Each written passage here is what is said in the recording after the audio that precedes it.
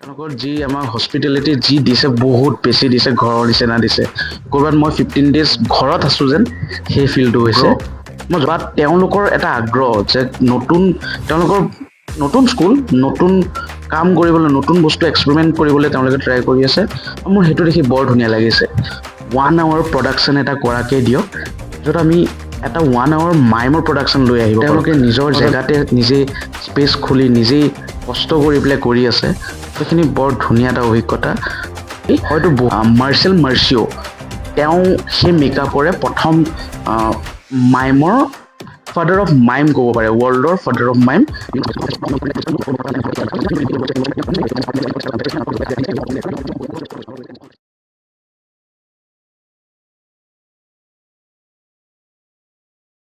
নমস্কাৰ, মোৰ নাম মৃন্ময় বৰা। মই ডিপাৰ্টমেণ্ট অফ এক্টিং জাগিৰোড কলেজৰ পৰা 3 yearsৰ ডিগ্ৰী কৰিলোঁ। তাৰপাছত মই ডিপ্ল'মা ক'ৰ্চ ল'লোঁ আণ্ডাৰ জ্যোতিনাৰায়ণ নাথ অনুভৱত, আৰু মাইমত মই 15 daysৰ ডিপ্ল'মা ল'লোঁ আণ্ডাৰ মইনুল ছাৰ। ইয়াত মই জড়িত হ'লোঁ নাটকৰ লগত, মাইমৰ লগত, আৰু এতিয়া চলি আছে। সাধাৰণতে ৱৰ্কশ্বপ যেতিয়া কৰা হয়, মোৰ এটা বিলিফ যে ক'ৰবাত ষ্টুডেণ্টছে আমাৰ পৰা অলপ শিকিব আৰু আমি অলপ ষ্টুডেণ্টছৰ পৰা শিকিব পাওঁ।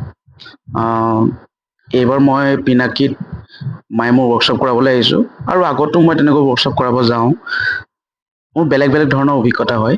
এইবাৰ এবাৰ নতুন এটা অভিজ্ঞতা হ'ল, যিহেতু ইয়াৰ ষ্টুডেণ্টছে এইবাৰ প্ৰথমবাৰ মাইম কৰিছে। প্ৰথমবাৰ তেওঁলোকে মাইম কৰি পেলাই তেওঁলোকে যিখিনি এক্সপিৰিয়েঞ্চ কৰিছে, বা মই তেওঁলোকৰ লগত কমিউনিকেশ্যন কৰিবলৈ যিখিনি মই নতুন বিচাৰি পাইছোঁ, সেইবোৰ মোৰ নতুন এক্সপিৰিয়েঞ্চ। বিকজ এজন কৰি থকা মানুহ এজনে ঘপককৈ বুজিব পাৰে, বাট তেওঁলোকে একদম নতুন মাইমক লৈ পেলাই। ত' মই এইবাৰ বহুত ধুনীয়া এটা এক্সপিৰিয়েঞ্চ পালোঁ তেওঁলোকৰ পৰা, আৰু তেওঁলোকৰ ইম্প্ৰভাইজেশ্যনছ এণ্ড অল, সেইখিনি মোৰ ধুনীয়া এটা এক্সপিৰিয়েঞ্চ।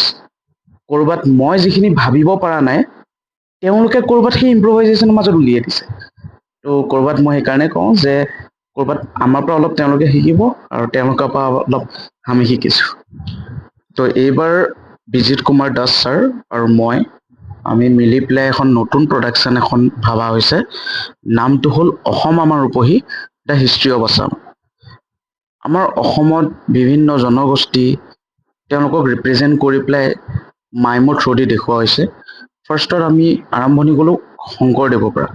শংকৰদেৱৰ পৰা আৰম্ভণি হৈ তেওঁৰ সত্ৰীয়া পৰা আহি, গায়ন বায়নৰ পৰা আহি, ভাওনাৰ প্ৰৱেশৰ পৰা আদি দেখুওৱা যায় আৰু এষ্টাব্লিছমেণ্ট কৰা যায়। তাৰপাছত আমি কাজিৰঙালৈ যাওঁ। কাজিৰঙাত বিভিন্ন জন্তুৰ আমি বডিৰে, মানুহৰে সৈতে ইউজ কৰি তেওঁলোকক জন্তু আকাৰত কেনেকৈ খোজকাঢ়িব পাৰে, কেনেকৈ জন্তু উৰিব পাৰে, চৰাই উৰিব পাৰে, এই বডিৰে আমি দেখুৱাইছোঁ। আৰু আমাৰ 3 নম্বৰ চিনটো বনাইছোঁ আমি গাঁৱৰ এটা পৰিৱেশ, য'ত মাছমৰীয়াই মাছ মাৰি আছে, গাঁৱৰ এচাম মহিলাই পানী লৈ আছে, টেকেলিত পানী, কলহত পানী গোটাই আছে। তাৰপাছত এইফালে কঠীয়া ৰুই আছে। তেনেধৰণে আমি অলপ গাঁৱৰ পৰিৱেশটো এষ্টাব্লিছ কৰিছোঁ। লগতে তাঁত বৈ আছে, ঢেঁকী খুন্দি আছে, সেয়াও আমি এষ্টাব্লিছ কৰিছোঁ, যিহেতু এয়া আমাৰ অসমৰ বস্তু, অসমক ৰিপ্ৰেজেণ্ট কৰিবলৈ এয়াই দেখাব পাৰি। আৰু লগতে আমি বীৰলৈ যাওঁ। অসমৰ বীৰ, মই বেছি টপিক লোৱা নাই, অসম্ভৱ বহুত বস্তু ল'বলৈ। ত' মই লাচিত বৰফুকনৰ ষ্টৰী অলপ দেখাইছোঁ, আৰু কনকলতাৰ মই অলপ ষ্টৰী দেখাইছোঁ। তেওঁলোকৰ অলপ লাইফৰ ষ্টৰীটো লৈ পেলাই ৰিপ্ৰেজেণ্ট কৰি গোটেই মাইমখন বনোৱা হৈছে, অসম আমাৰ ৰূপহী, দ্য হিষ্ট্ৰী অফ আছাম। প্ৰথম কথা হ'ল যে নাটক বা মাইম আমাৰ জীৱনৰ প্ৰতিটো মুহূৰ্তত ইউজ হৈ থাকে। আমাক নাটকে বা মাইমে ডিচিপ্লিন শিকায়, আমাক টাইমৰ ভেলু শিকায়। ত' তেনেকুৱাত বহুত বিভিন্ন ধৰণৰ কথা আছে, যিয়ে আমাক নাটক বা মাইমে শিকায়। বৰ্তমান মাইমৰ কথাই কওঁ। মাইম যোনে যোনে এতিয়া প্ৰেক্টিচ কৰিছে, ৱৰ্কশ্বপ কৰিছে, তেওঁলোকে চাগে নিজেই অনুভৱ কৰিছে কেনেকৈ কমিউনিকেশ্যন কৰিব লাগে।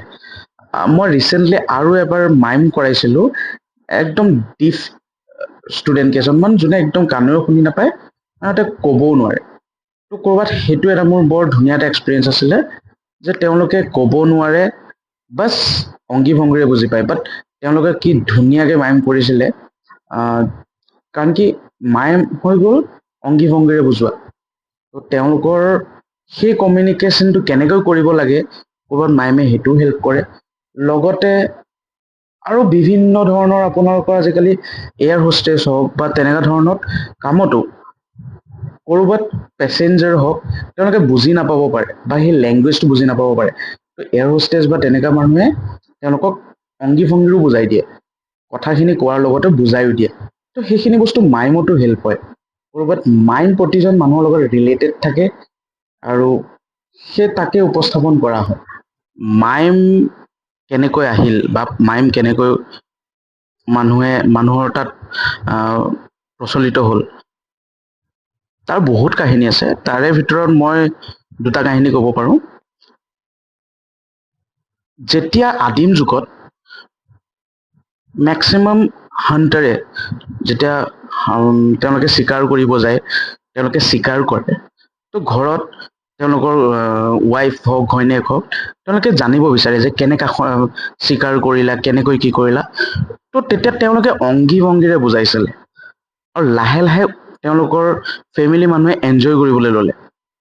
তো তেতিয়া তাক আৰু ড্ৰামেটিক ৱেত আৰু অলপ খোজ কাটল অলপ বেলেগ কৰি পেলাই আৰু ড্ৰামেটিক ৱেত তেওঁলোকে উপস্থাপন কৰিছিলে আৰু সেই তেনেদৰে লাহে লাহে লাহে অংগীৰে ভংগীৰে নাটক কৰা আৰম্ভ হ'ল।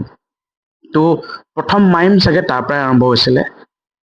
আৰু মাইমৰ আমাৰ মেকআপ এটা ইউজ কৰা হয় য'ত হোৱাইট এণ্ড ব্লেক। হোৱাইটে আমাৰ পজিটিভখিনি ধৰা যায়, ব্লেকে নিগেটিভ। এটা সময়ত যেতিয়া আন্দোলনৰ সময়ত বহুত মানুহে হোৱাইট মেকআপ ইউজ কৰিলে বাহিৰত, আৰু হোৱাইট মেকআপ ইউজ কৰি পেলাই তেওঁলোকে আন্দোলন কৰিব যায়, যাতে ধৰিলেও পুলিচে যেতিয়া খেদিব তেওঁলোকক ধৰিব নোৱাৰে। মানে তেওঁলোকে মেকআপটো মোহাৰি লয় আৰু ধৰিবলৈ নোৱাৰে। তো সেই তাৰ এটা ট্ৰেডিশ্যনৰ পৰা গৈ মাৰ্চেল মাৰ্চিঅ' তেওঁ সেই মেকআপৰে প্ৰথম মাইমৰ ফাদাৰ অফ মাইম ক'ব পাৰে, ৱৰ্ল্ডৰ ফাদাৰ অফ মাইম মাৰ্চেল মাৰ্চিঅ' তেওঁ মাইম কৰিবলৈ লৈছিলে সেই মেকআপত। দেন আমাৰ ইণ্ডিয়াত কৰিছিলে যোগেশ দত্ত, তেওঁৰ কেলকাতাৰ আছিলে। আৰু আমাৰ আছামত আহিছে মইনুল ছাৰ, মইনুল হক। মই নাটক কৰি আছোঁ, মাইমো কৰি আছোঁ। নাটকে মোক বহুত হেল্প কৰিছে। লগতে মই মাইম শিকিছিলোঁ। প্ৰথম মই নাটক শিকাৰ পাছত মই মাইম শিকিছোঁ। মাইম ষ্টাৰ্ট কৰা দেৰি হৈছে। তাৰপিছত যেতিয়া মই মাইম কৰাত লাগিলোঁ, মাইমত আমাৰ চবতছে ডাঙৰ কথা হৈ গ'ল বডি মুভমেণ্ট আৰু ফ্লেক্সিবিলিটি, যিটো আমাক নাটকতো হেল্প কৰিব বা বিভিন্ন জেগাত হেল্প কৰিব। তো এটা সময়ত মই আৰু ফেট আছিলোঁ আৰু শকত আছিলোঁ। দেন যেতিয়া মই মাইম কৰাত লাগিলোঁ, মই মাইম কৰি কৰি কৰি মোৰ সেই ফ্লেক্সিবিলিটি হ'ল। মই মাইম কৰাৰ আগত মই মেডিটেশ্যন কৰা হ'লোঁ। দেন মই বিভিন্ন মাইমৰ থ্ৰুদি এক্সাৰচাইজ কৰা হ'ল। সেইখিনি মোক হেল্থত বহুত যথেষ্ট হেল্প কৰিলে। আৰু তাৰ বাহিৰে মাইম এতিয়া মোৰ প্ৰফেশ্যনেল হৈ গৈছে। মই প্ৰফেশ্যনেলি মাইম কৰোঁ। চ' মাইম এতিয়া মোৰ ইনকাম চ'ৰ্চো হৈ আছে। ক'ৰবাত মই ভাত কেইটাও মাইমৰ কাৰণে খাই আছোঁ। চবৰে এটা নিজৰ প্ৰফেশ্যন থাকে, তেনেকুৱা মোৰো এটা প্ৰফেশ্যন মাইম হৈ গৈছে। আৰু মাইম কৰি কৰি কৰি কৰি মোৰ ক'ৰবাৰ জেগাত বিভিন্ন মানুহৰ লগত চিনাকি হৈছে, কমিউনিকেশ্যন হৈছে, মই নতুন কথা শিকিব পাৰিছোঁ, মই নতুন মানুহৰ লগত কাম কৰিব পাৰিছোঁ। আৰু মাইমে মোক যথেষ্টখিনি দিছে। মোৰ এটা বৰ ধুনীয়া অভিজ্ঞতা, একচুৱেলি ফানী অকণমান অভিজ্ঞতাটো, বাট মই বহুত বস্তু শিকিলোঁ সেইবাৰত। তো আমাৰ ফেষ্টিভেল আছিল, মাইমৰ ফেষ্টিভেল। মই বাহিৰত কৰিব গৈছোঁ, তেনেকৈ আমি টিম হৈ গৈছোঁ। তাত যোনে আমাক ইনভাইট কৰিছে তেওঁ অকণমান কাণৰে কম শুনে, বাট তেওঁ আমাক ইনষ্ট্ৰাক্ট কৰি আছে। একদম ফাৰ্ষ্ট আমি কিবা এটা কওঁ, তেওঁ উল্টা এটা কথা কয়, আমি বুজি নাপাওঁ। And at A time first day গ'ল, আমি ট্ৰেভেল কৰি আছোঁ, ফাৰ্ষ্ট ডে গ'ল, ছেকেণ্ড ডে গ'ল। ছেকেণ্ড ডেত আমি অংগী ভংগীৰে বুজোৱাত লাগিলোঁ। তেওঁ শুনি পায়, একচুৱেলি অকণ কম শুনে। তো আমি দেন অংগী ভংগীৰে বুজোৱা হ'লোঁ। এণ্ড তেওঁ আমাৰ লগত অংগী ভংগীৰে বুজোৱা হ'ল। এণ্ড সেই তেতিয়া ক'ৰবাত সেই কানেকশ্যনটো, সেই কমিউনিকেশ্যনটো ক'ৰবাত ষ্ট্ৰং হৈ গ'ল। মই সেই তেতিয়া বিলিভ কৰিছিলোঁ যে অ'কে, আমি কমিউনিকেশ্যন মিডিয়াম এটা অকল ডাইলগছ বা কথাৰে আমি কমিউনিকেশ্যন নকৰিও অংগী ভংগীৰেও বহুত কমিউনিকেশ্যন কৰিব পাৰোঁ। সেইটো এটা ফাৰ্ষ্ট এক্সপিৰিয়েঞ্চ। আৰু মই ছেকেণ্ড এক্সপিৰিয়েঞ্চৰ কথা কৰোঁতে সেই ডিফ এণ্ড ডাম্ব ষ্টুডেণ্টখিনিৰ লগত আমি কৰোঁতে তেওঁলোকৰ লগতো অংগী ভংগীৰে যেতিয়া আমি কথা পাতিছিলোঁ, ক'ৰবাত নতুন এটা এক্সপিৰিয়েঞ্চ হ'ল, আমি কেনেকৈ তেওঁলোকৰ লগত কমিউনিকেশ্যন কৰিম, এতিয়া মোৰ সেই অভিজ্ঞতাৰ অকণমান নিজৰ এটা বিশ্বাস এটা আহিছে বা কনফিডেঞ্চ এটা আহিছে যে মই যদি বাহিৰৰ মানুহ এজন লগ পাওঁ বা যোনে মোৰ ভাষাটো বুজি নাপাব পাৰে, যোনে মই কোৱা কথাখিনি বুজি নাপাব পাৰে, তেওঁলোকক মই অংগী ভংগীৰে বুজাব পাৰিম বা অলপ কি ক'ব বিচাৰিছোঁ সেইটো অলপ বুজাব পাৰোঁ, সেই এক্সপিৰিয়েঞ্চটো বা সেই বিশ্বাসটো আহিছে। মোৰ 1 মান্থৰ আগতেই কৈছিলে যে আমাৰ ডুমডুমা তিনিচুকীয়াত ৱৰ্কশ্বপ এটা আছে, মোক বিজিত কুমাৰ দাস তেওঁ ফোন কৰিছিলে, ফোন কৰি কৈছে তই ডেট আছে নেকি, তোৰ কিবা বেলেগ ৱৰ্কশ্বপ আছে নেকি? মই কৈছোঁ জুলাইত এতিয়ালৈকে লোৱা নাই, ফ্ৰী আছোঁ। তো তেওঁ মোক ক'লে ডুমডুমাত মই ল'ম। দেন মোৰ ফিক্স হ'ল। তেতিয়ালৈকে মই ভাবা নাই আৰু কি ৱৰ্কশ্বপ আছে, তেনেকুৱা হৈ থাকে। যেন মই যিদিনাখন আহিম, সেইদিনাখন মই আহিছোঁ বাছত, তেতিয়া ভাবিছোঁ ক'ত বা থাকিব পাম, কি বা হ'ব, কেনেকৈ বা খোৱা বোৱা হ'ব, অলপ ভাবিছোঁ। তাৰপিছত দেন আহি পালোহি। পোৱাৰ পাছত যি ট্ৰিটমেণ্ট তেওঁলোকৰ, জয় দা, বৌ, সঞ্জন দা, তেওঁলোকৰ যি আমাক হস্পিটেলিটি যি দিছে, বহুত বেছি দিছে, ঘৰৰ নিচিনা দিছে। ক'ৰবাত মই 15 days ঘৰত আছোঁ যেন সেই ফিলটো হৈছে। মই যথেষ্টখিনি ভাল পালোঁ। দেন ইয়াৰ ষ্টুডেণ্টখিনি আগ্ৰহ বা তেওঁলোকৰ এটা আগ্ৰহ যে তেওঁলোকৰ নতুন স্কুল, নতুন কাম কৰিবলৈ, নতুন বস্তু এক্সপেৰিমেণ্ট কৰিবলৈ তেওঁলোকে ট্ৰাই কৰি আছে, আৰু মোৰ সেইটো দেখি বৰ ধুনীয়া লাগিছে।